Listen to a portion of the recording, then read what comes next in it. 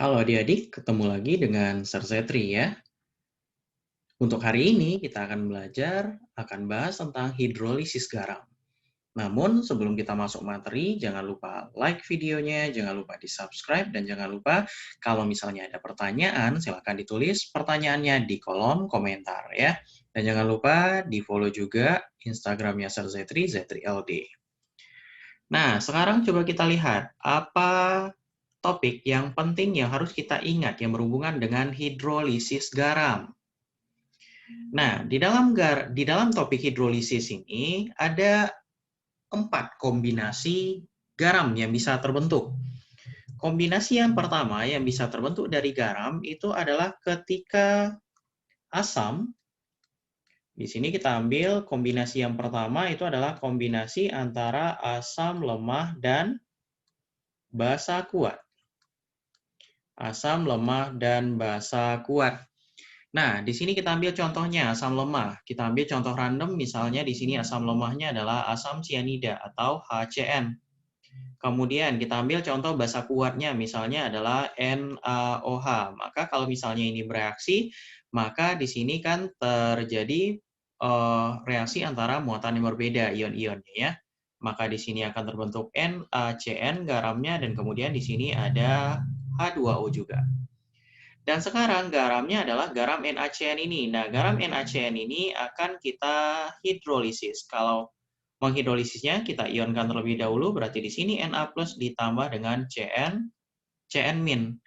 Nah, kedua ion-ionnya ini kita coba reaksikan dengan air. Nah, yang perlu diingat kalau hidrolisis itu yang bisa terhidrolisis hanyalah ion atau spesies-spesies yang berasal dari asam lemah dan basa lemah doang.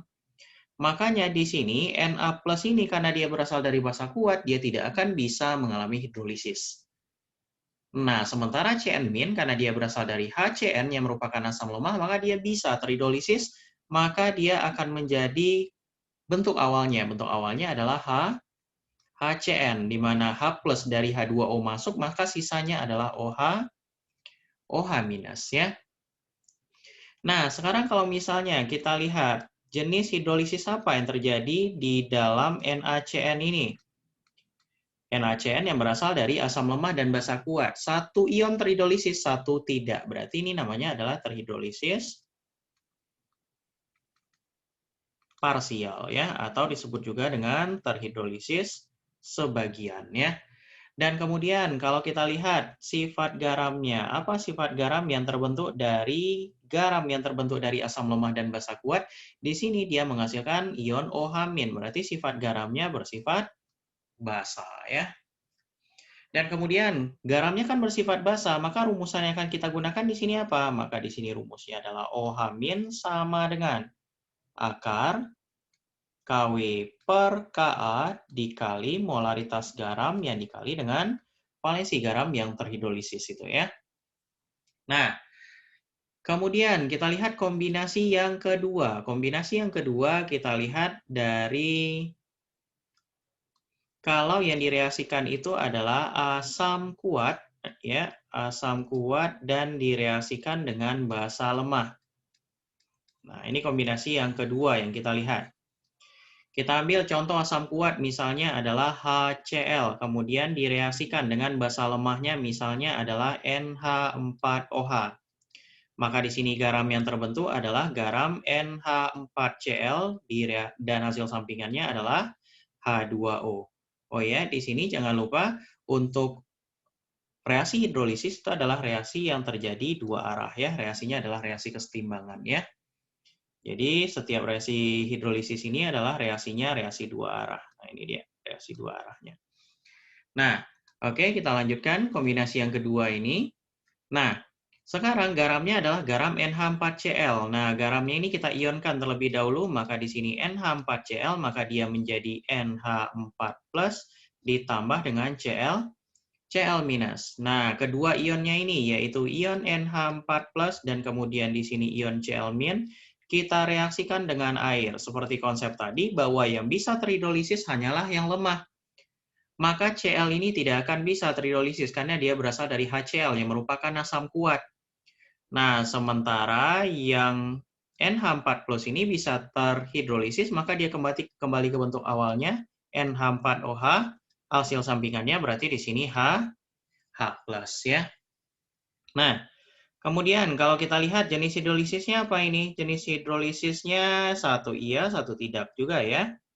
Satu iya terhidrolisis, satu tidak, berarti di sini disebut juga masih terhidrolisis sebagian ya, atau disebut juga dengan hidrolisis parsial ya. Kita samain sama kalimat yang sebelumnya, terhidrolisis parsial. Dan kemudian kalau kita lihat sifat garamnya apa? Sifat garam. Kalau sifat garamnya dilihat, ketika dia terhidrolisis dia menghasilkan ion H+, maka sifatnya pasti asam ya. Karena garamnya bersifat asam, maka di sini rumusnya adalah OH- sama dengan akar KW per Ka. Sebentar, bukan Ka ya. Berarti di sini yang lemahnya berarti basa ya. Berarti di sini Kb dikali molaritas garam yang dikali dengan valensinya ya. Nah, jadi ini adalah kombinasi yang kedua, kombinasi yang berasal dari asam kuat dan basa lemah. Nah, sekarang coba kita lihat kombinasi yang ketiga. Kombinasi yang ketiga yang kita lihat selanjutnya adalah dari kombinasi antara asam lemah yang dicampurkan dengan basa lemah ya. Asam lemah dan basa lemah. Contohnya kita ambil asam lemahnya sama seperti di atas. Kita ambil di sini contohnya HCN, kemudian basa lemahnya NH4OH. Nah, maka di sini garamnya kan berarti di sini NH4CN ditambah dengan H2O. Nah, ini garamnya garam NH4CN. Maka kalau NH4CN ini kita ionkan, maka di sini dia jadi NH4+ ditambah dengan CN-. Nah, kemudian maka di sini NH4+, kemudian di sini CN-nya direaksikan dengan H2O dihidrolisis ya. Nah, karena ini berasal dari kedua-duanya berasal dari spesies yang lemah, berasal dari asam lemah dan basa lemah, berarti kedua-duanya di sini akan mengalami hidrolisis ini ya. Maka kalau NH4+, maka dia jadi NH4OH, berarti hasil sampingannya adalah H+. Sementara HCN- akan menjadi HCN ditambah dengan hasil sampingannya adalah OH-. Nah, sekarang kalau kita lihat apa jenis hidrolisisnya. Nah, kedua-duanya terhidrolisis. Nah, berarti namanya di sini adalah terhidrolisis.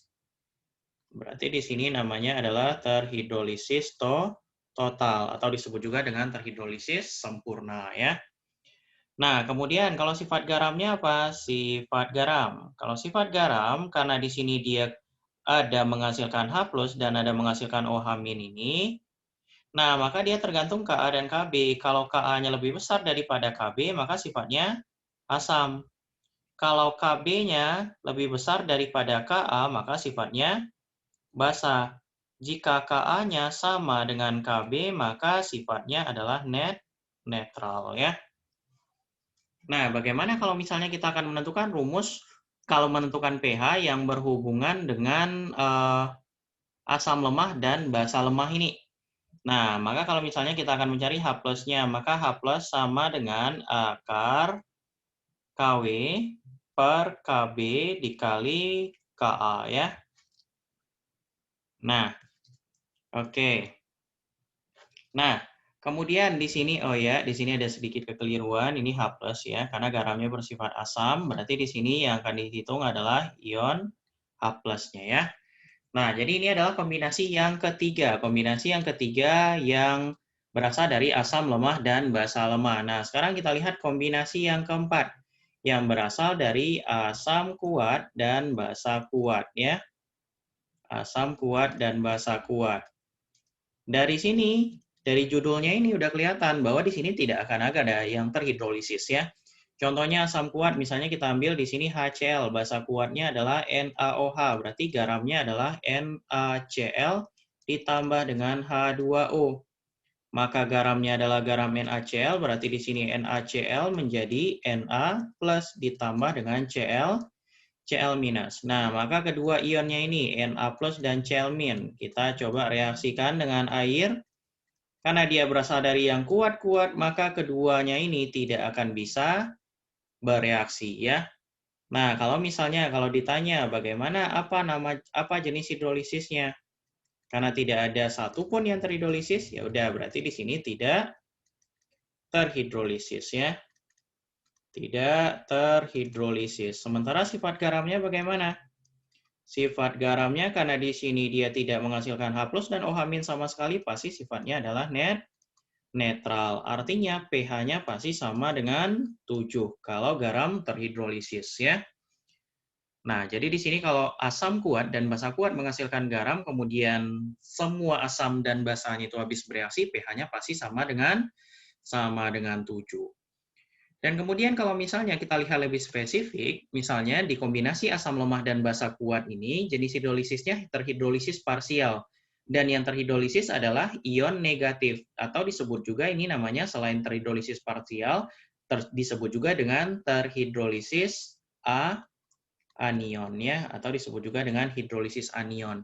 Sementara kalau kombinasi yang kedua yang terhidrolisis adalah ion positifnya, atau nama lain terhidrolisis parsialnya itu berarti terhidrolisis kation ya, atau disebut juga dengan hidrolisis kation. Nah, ini yang perlu kita ingat yang berhubungan dengan materi hidrolisis dengan 4 kombinasi garam ini ya. Nah, baik. Cukup untuk video hari ini. Jika ada pertanyaan, silakan ditulis di kolom komentar dan jangan lupa di like dan di subscribe channelnya ya. Oke, sampai ketemu di video selanjutnya bersama Sir Zetri.